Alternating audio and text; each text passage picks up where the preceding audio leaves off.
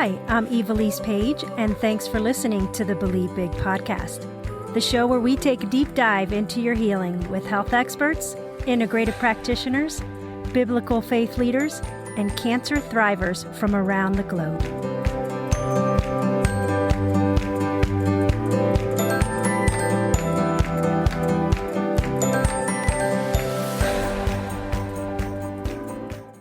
Welcome to today's episode on the Believe Big podcast.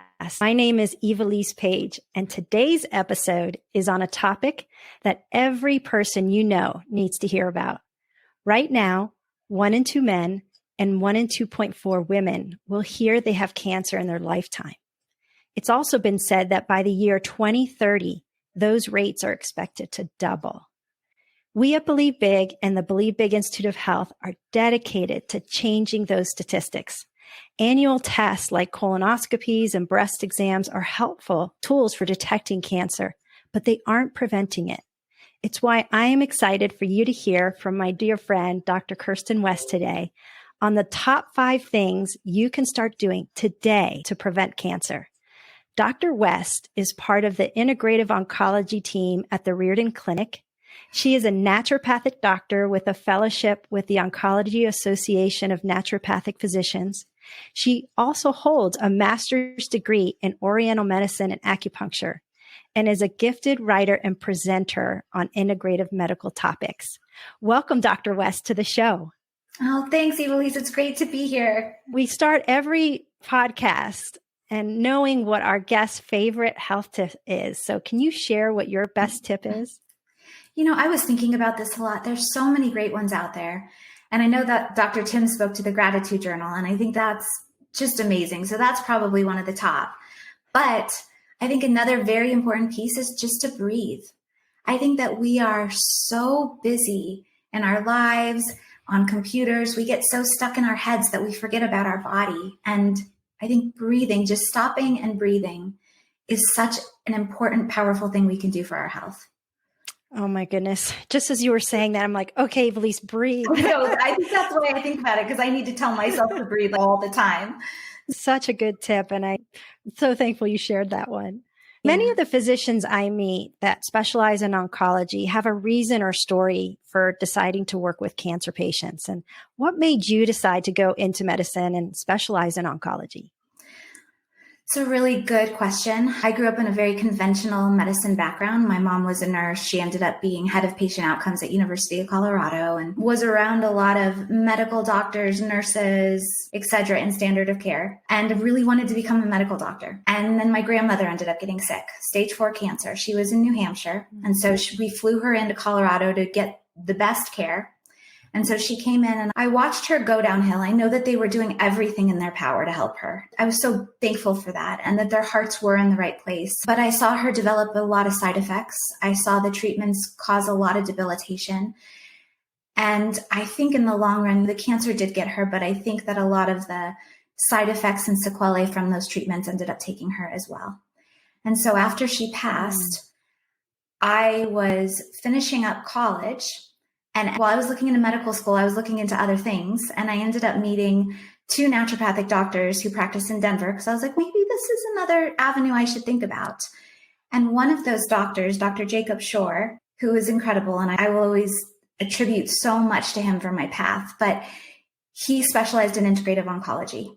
And I learned all of these things that I could have potentially done for my grandmother had I known. And that was such a light bulb moment for me of, this is what we need to be doing for patients. We need to be helping to foster the terrain while the other doctors, medical oncologists, radiation oncologists are going after the cells. But if we don't work and support the body through all of that, we're not going to get as far as we could.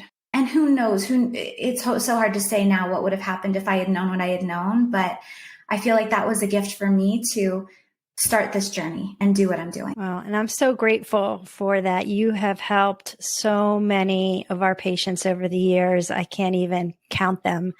And so we're so grateful for all that you do. And I always feel like God does not waste our pain. And so what you saw and experienced with your grandmother is now being paid forward 1,000-fold for others, and almost letting her influence you in deciding to go on this side of medicine is going to has impacted and will continue to impact so many lives in the future. So thank you so much for sharing that. Of course. So from your clinical perspective of working with oncology patients over the years, what would you say are the most common patterns of those that get diagnosed with cancer?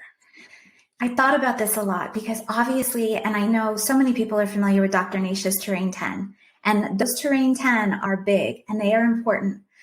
In clinical practice, we tend to see, at least I've tended to see, along with some of my colleagues, about 5 that tend to be the most important. And so of those 5, I think stress, which also includes trauma, and stress can be from past too. It doesn't just need to be where we are right now.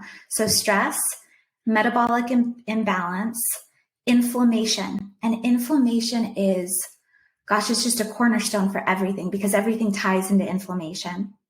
I think environmental toxins. And then I also think about immune function in the microbiome. So those are the 5 patterns that I think I tend to see those the most in clinical practice. I hear that all the time. And it's just, wow, people don't realize, they think it's a fluke thing or it's just a genetical thing. And what you're sharing and we'll share today, I know is going to impact so many. I know we're going to focus on the top 5 things a person can do to prevent cancer. But before we go there, can you share your best advice for someone who's listening today that has cancer, or they just find out they have cancer? What would be your best advice for them? Breathe.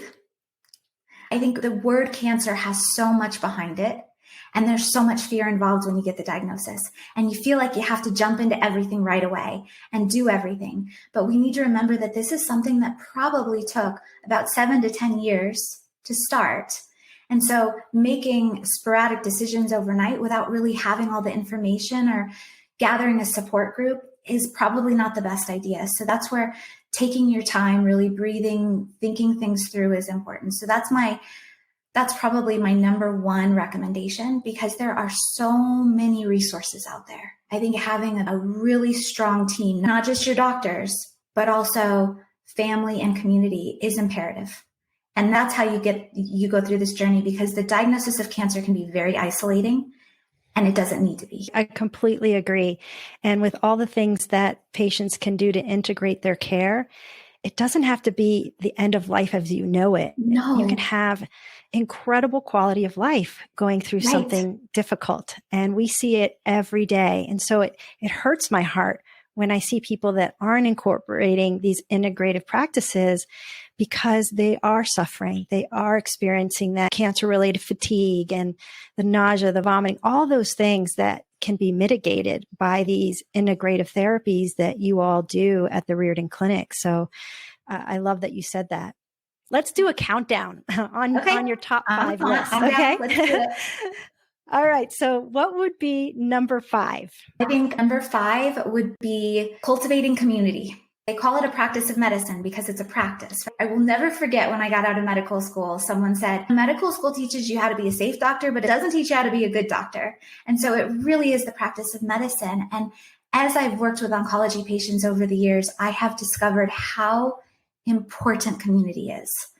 And I think that we have gotten away from that in our social media world.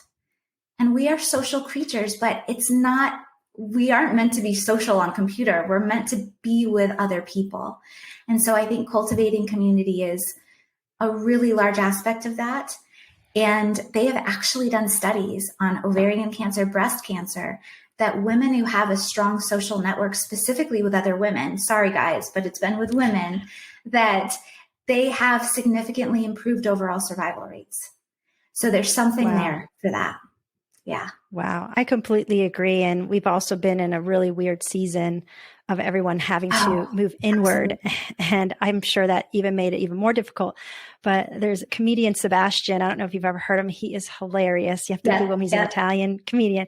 He does this skit on this, and it's hilarious and sad at the same time. It's called the doorbell skit. And he compares our response to someone knocking on our door today versus 20 years ago. So basically, he shares how in the past, when someone came to your door, it was a family event. Everyone rushed to the door to see who it was. There weren't cell phones. Everyone was checking and texting. And people would just stop by if they were in the neighborhood. And then he's like, today, people are hiding and saying, wait, did you invite someone over? Do you invite someone over? Who's at the door? So true. It's so true. And everything is Amazoned in instead of asking neighbor for an ingredient you're missing, or can I borrow this? We really, like you're saying, need to be intentional about what it means to live a vibrant, full life with those within our community, even within our 5-mile radius of each other, as author Jeannie Allen says. And so I truly believe that is so true, because we're not meant to do life alone. We're not. And if someone wants some great ways to build community locally within their neighborhood, get the book, Find Your People. It is great. It has great ideas. That's a great recommendation.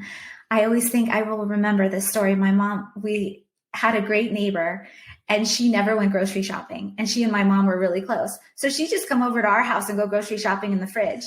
So I always laughed at that. I was like, that's hilarious. But there's an example of community. It's so true. And I miss that from my Puerto Rican culture. In Puerto Rico, my grandmother would be cooking from morning to night, and she would make these huge pots of rice and beans and everything she was making. And I'm like, wow, it's only just us. Why are you making so much? She's like, we don't know who's going to stop by.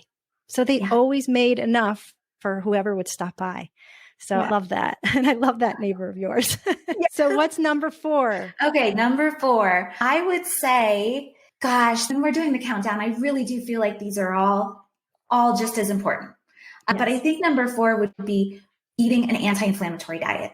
It's so easy for us to have processed foods. And then the other thing that happened is people get away from peanuts or get away from gluten is almonds tend to become a big part of our diet. And those are super high in omega-6. And the American diet, and I know you had Jess Kelly on, and she talked quite a bit to this. And I love Jess. But the thing about the American diet is that we tend to be so overloaded in omega-6s, and we don't have enough omega-3. And omega-3 are anti-inflammatory foods. And if we know that inflammation is one of the largest drivers of cancer, then the first thing we can do is be aware of what we're putting in our mouth. And I think one of my favorite things that I always recommend my patients is fish oil, olive oil. I think we have some really therapeutic oils out there that can be helpful. And then really trying to stay away from unprocessed foods and eating whole foods. Going back to being social creatures, we were also meant to eat whole foods. We weren't meant to have processed things. You're absolutely right. And I think for the omegas, one thing that I'm always surprised about is that the bad oils that are out there and in everything, even healthy dressings at Whole Foods. I'm like, oh my goodness, look at it's canola oil in there. And so list the omega-6, the bad oils, so that people should look on the back of a label or know to stay away from. Yeah. So canola oil, corn oil, a diet heavy in almonds. I would try to stay away from flaxseed oil. I get a lot of patients who are taking a bunch of flaxseed oil because they hear that it's very therapeutic. But the problem with flaxseed oil is it can go down the pro-inflammatory pathway.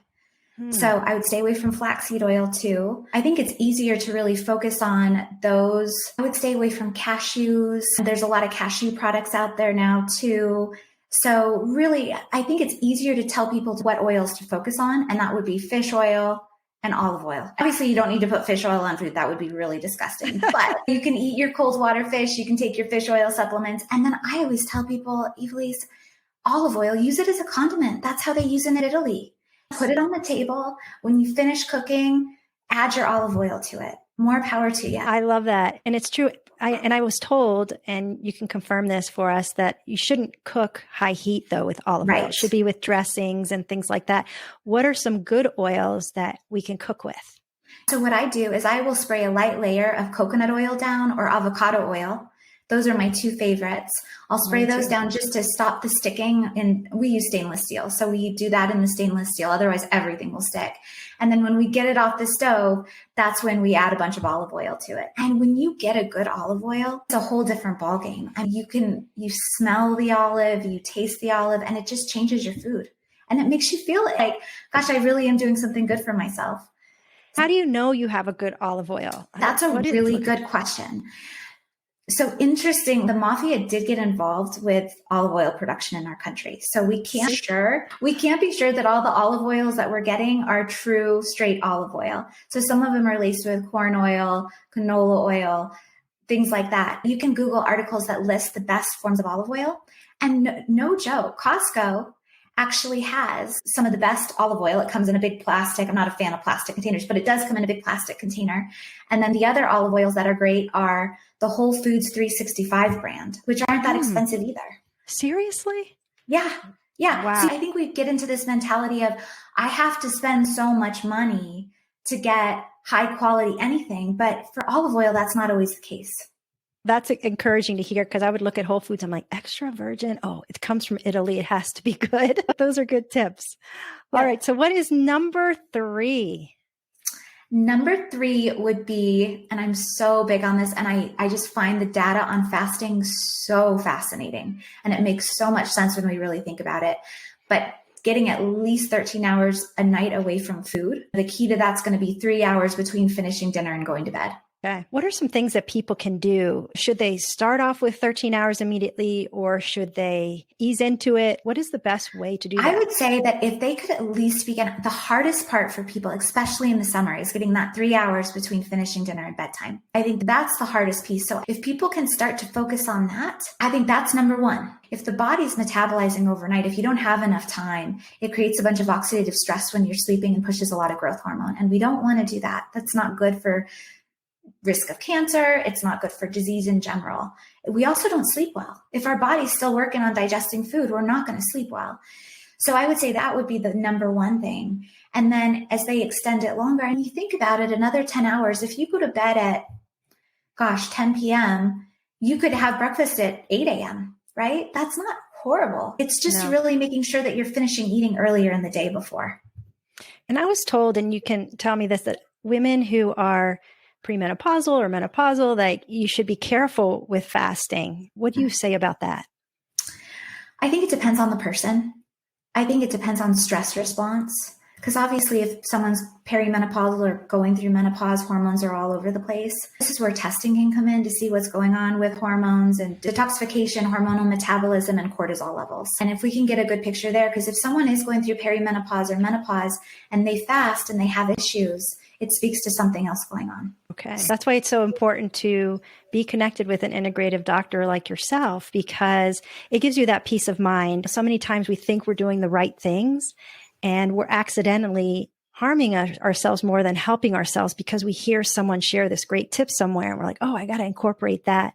Right. Meanwhile, for ourselves, it can actually be harming us. So I love that you said that, because integrative practitioners are doing that testing each year and really looking at your levels closely and individualizing your care for what is best for you.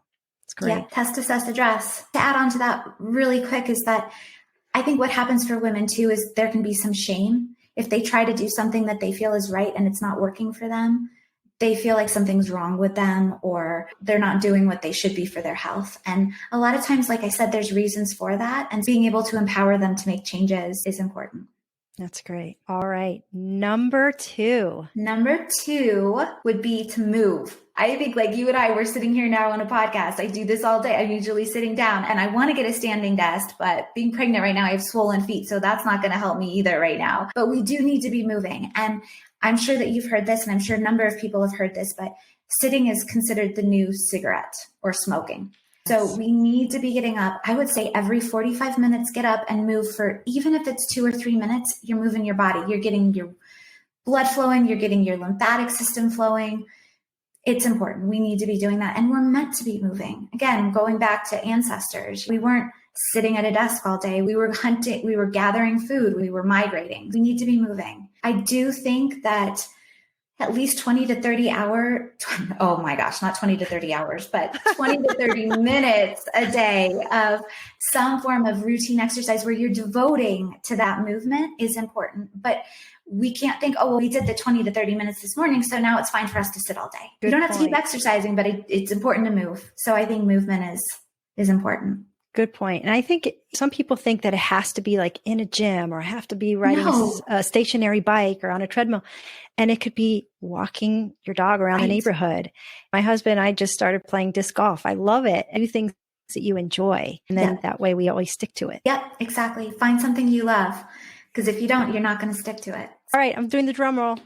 Number 1 tip for preventing cancer. Okay. I'm coming right back to the beginning. Breathe.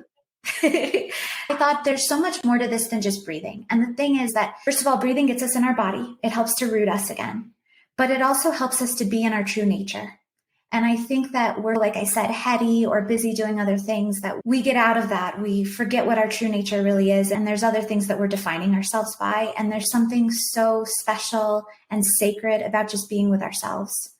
And so breathing enables that to happen. Meditation is another avenue there. And then not only being in our true nature, but also being in nature. There's been studies showing that trees put off something called phytoncides, which actually improve our immune function.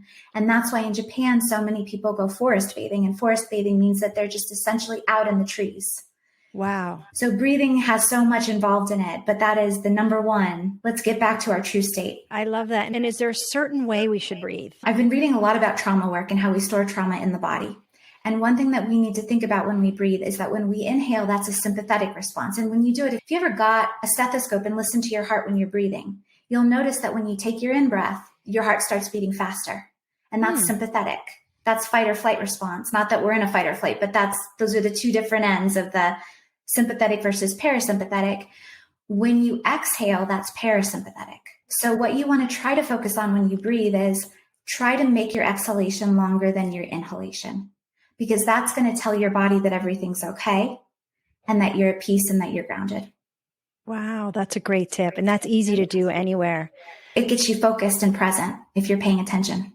I love it. I don't know if you've heard, it's called the 1 minute pause, and it walks you through those breathing exercises, but it also walks you through a meditative prayers and reflection. It's wonderful to set your mind in the morning and at night, right before you go to bed. My husband, Jimmy's doing their 30-day challenge, and he said it's really transformed not only his ability to handle what's happening in the world, but also his faith. That's a great tip for someone who just wants someone to help guide them through that. Yeah. That is a great app. Do you have one that you've seen that is helpful? I use Calm. I've been using Calm a lot. There's so many out there. And Insight Timer there is a woman on there. She has some beautiful mantras that have left me in tears at some points. You can go for someone guiding you through it. Some of the mantra meditations are really powerful. Just like prayer, and it can help us in a lot of ways as well. As we close, I know we shared our number one, but we're going to share a little bonus for everyone. I would love to hear from you what tests you recommend for every person to have done every year. I know most conventional doctors only do the basics like a CBC or vitamin D levels, and only when something's wrong. But what are the essentials? Gosh, that's such a great question. Obviously, CBC-CMP, which is your complete metabolic panel. I think the 3 inflammatory markers, which a lot of people refer to as the trifecta, which is your CRP, LDH, and ESR, are important. They represent different types of inflammation: chronic, moderate, acute. So if you get all 3, you get a really good idea of where the body's at. And then I think we forget a lot about the metabolic piece. Where's your hemoglobin A1C? Where's your blood sugar on an average basis? What about IGF-1? IGF-1 is a growth factor. Vitamin D, you spoke to that, obviously important. I think looking at a simple ANA, which is an autoimmune marker, is really good, because I can't even tell you the number of times that'll come up positive on labs and people have no idea. And isn't it good for us to see, geez, the immune system might be focused on some things it shouldn't be focused on. Let's get it back to doing what it needs to be doing. Gosh, there's so many others. Fibrinogen is a great one. Ferritin is a big one, looking at iron storage, especially in menstruating women. Why is that? Because ferritin is your iron storage. So for women who are menstruating monthly, especially if they're not eating red meat or more vegan or vegetarian, ferritin can dip quite a bit, and we don't want ferritin to be too low, because if ferritin's too low, it can promote anemia and decreased oxygenation of cells. It can cause depression. It can cause fatigue and low stamina. And so a lot of times when women come and they have chronic fatigue, or they're depressed, or they're not sleeping, it's as simple as, gosh, your ferritin levels are too low and you're anemic. What about magnesium levels? I've been hearing so much about figuring out what your levels are, because they can cause everything from migraines to difficult sleeping. Absolutely. Magnesium is so big, and it is the one nutrient that we tend to be most deficient in this country, because we've really lost it from the soil. That's one of my main recommendations for patients, aside from fish oil, is to take magnesium. There's also been some data showing that people with low magnesium, it's correlated with low glutathione, and glutathione is our master antioxidant. So here we go. There's this big web, right? Like everything's interconnected. Yes. I go in monthly because especially when I'm traveling a lot, I go get a Myers and it has the glute push because I found that really helps me to stay strong and keep my energy and consistency and knowing that I'm getting those essential minerals and vitamins, especially when I know heavy travel is coming ahead. So those are some easy ways people can do that. I've heard that walk-in labs that you can actually self-pay. Walk-in labs, you can self-pay. I really do recommend working with a practitioner who's going to outline the best labs because they're going to be the ones to go over them with you. And just to reiterate, and I know that this has probably been spoken about before, those ranges on labs are not the ranges that we really want to pay attention to. We want to pay attention to optimal ranges because those ranges are based on the standard American population of whatever area you're in. And we know that the standard population in America is not the healthiest. So really getting labs optimal. That's what I always tell my patients. I'm like, I want to make your body as inhospitable to disease as we can. And that's by looking at the labs, it's a way for us to monitor and make sure we're moving in the right direction. I'm so glad you said that because that's even one when I was going through my cancering process that my oncologist would look at my labs after I was NED, no evidence of disease. And he would say, oh, everything's in a normal range. You're good to go. And I would take those same labs and take it to my integrative doctor.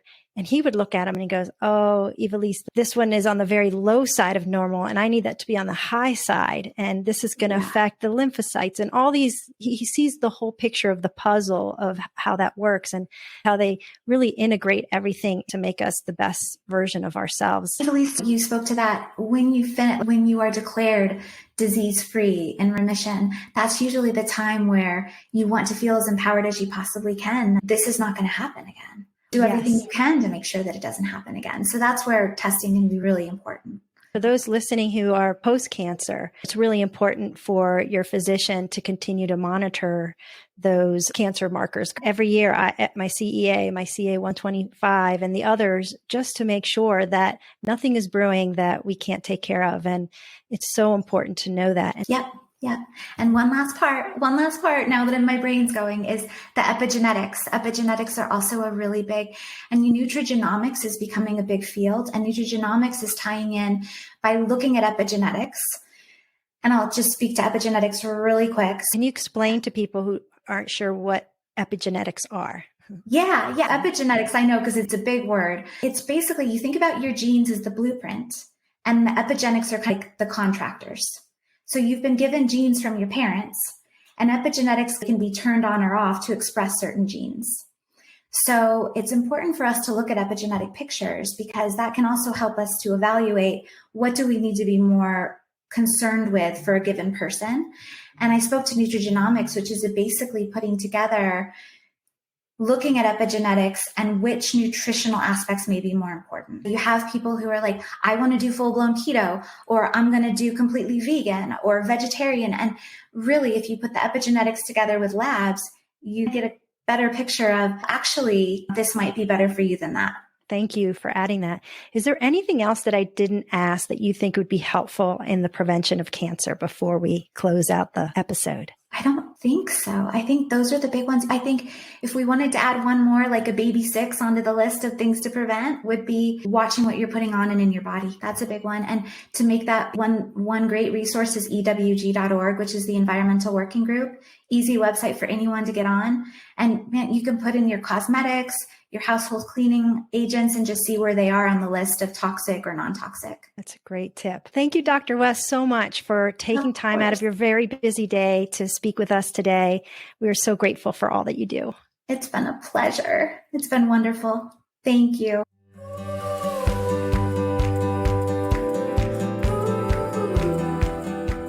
If you enjoyed this episode and you'd like to help support our podcast, please subscribe and share it with others.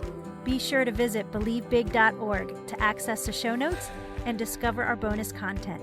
Thanks again, and keep believing big.